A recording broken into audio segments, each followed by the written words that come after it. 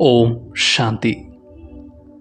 परमात्मा कहते हैं, जैसे मन का प्रभाव अन्न पर होता है वैसे ही अन्न का प्रभाव मन पर होता है। जैसे अन्न हम खाएंगे उस अनुसार ही हमारा मन और बुद्धि बनेगी, क्योंकि अन्न का प्रभाव हमारे मन को भी प्रभावित करता है। इसलिए सदैव पवित्र अन्न खाने से मन पवित्र रहता है, जिससे हमारे संकल्प और कर्म भी पवित्र होते हैं। पवित्र अन्न के निर्णय में कुछ महत्वपूर्ण बातों का ध्यान रखना अति आवश्यक है।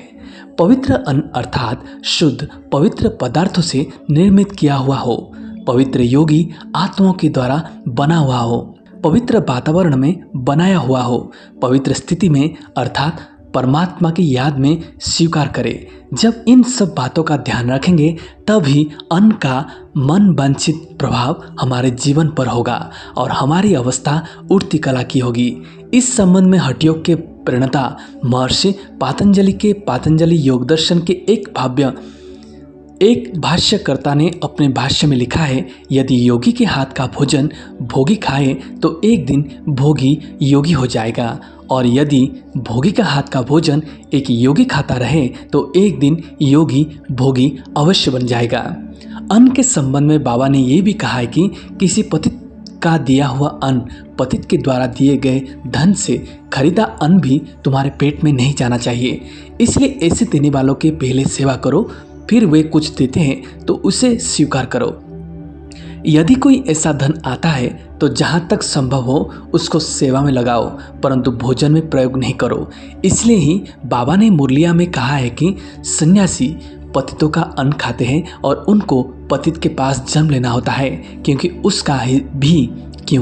उसका भी हिसाब किताब बनता है। इस संदर्भ में एक बात विशेष ध्यान में रखनी है कि इस विश्व की हर क्रिया चक्रवत चलती है। आत्मा का प्रभाव जड़ तत्व पर और जड़ तत्व का प्रभाव आत्मा पर अवश्य पड़ता है। मनुष्य का जैसा भोजन दृष्टि वृत्ति स्मृति पठन पाठन संग होगा, उसी अनुसार प्रतिक्रिया जीवन पर होती है और वह भविष्य जीवन का आधार बनता है। इसलिए प्राय आध्यात्मिक जगत के सभी साधक अन्न के शुद्ध का आवश्यक ध्यान रखते हैं और साधारण जीवन व्यतीत करने वाले गृहस्थ भी अन्न की परहेज अवश्य रखते हैं। इसीलिए ही ब्राह्मण वैष्णव आदि शूद्र के हाथ का भोजन स्वीकार नहीं करते। परंतु आजकल मनुष्य की जाति पात का इतना महत्व नहीं है, क्योंकि उच्च कुली वालों का खान पान रहन सहन भी शूद्र जैसा हो गया है और कहाँ तो उससे बदतर हो गया है। अभी हम परमात्मा की संतान बने हैं और परमात्मा ने ब्राह्मण और शूद्र जीवन की यथार्थता का ज्ञान हमको दिया है और ज्ञान देकर हमको सच्चा ब्राह्मण बनाया है। इसलिए अपने ब्राह्मण जीवन की सफलता के लिए अन्न का परहेज अवश्य रखना चाहिए। जिसको अन्न का मन पर और मन का अन्न पर पड़ने वाले प्रभाव का ज्ञान होगा, उस पर निश्चय होगा, वह उसका पूरा परहेज अवश्य रखेंगे और जो पूरा परहेज रखेंगे उनके जीवन में सफलता अवश्य होगी। ओम शांति।